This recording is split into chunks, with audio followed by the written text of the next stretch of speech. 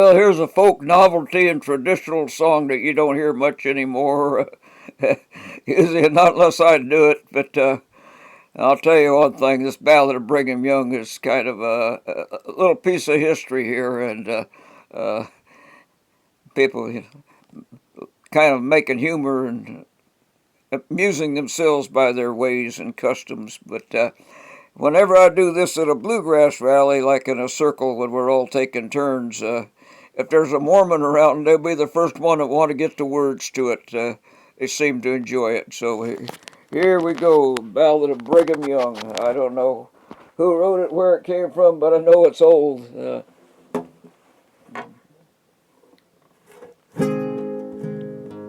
Brigham Young was a Mormon bold and the leader of the roaring ram, and a shepherd of a flock of fine tub sheep and a pass of the pretty little lambs. He lived with his 45 wives in the city of the Great Salt Lake, where they breed and swarm like a hens on a farm, and they cackle like ducks to a drake.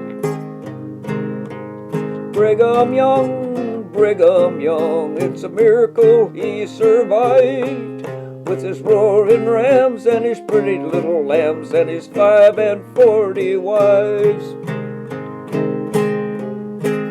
Number 45's about 16, number 1 is 60 and 3. And among such a riot, how he ever keeps them quiet is a downright mystery to me.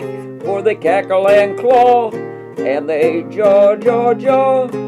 Each one has a different desire. It would aid the renown of the best shop in town to supply them with half they require. Brigham Young, it's a miracle he survived, with his roaring rams and his pretty little lambs and his 45 wives.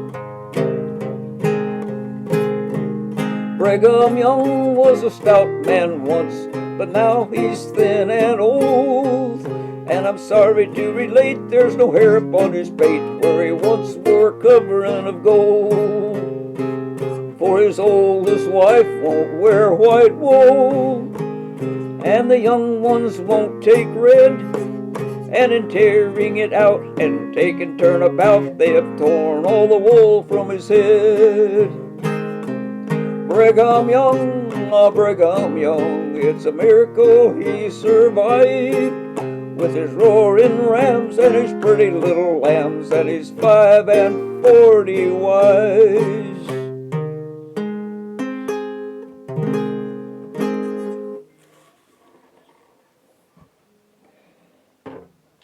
Thank you. Hope you enjoy the story of Brigham Young, the ballad.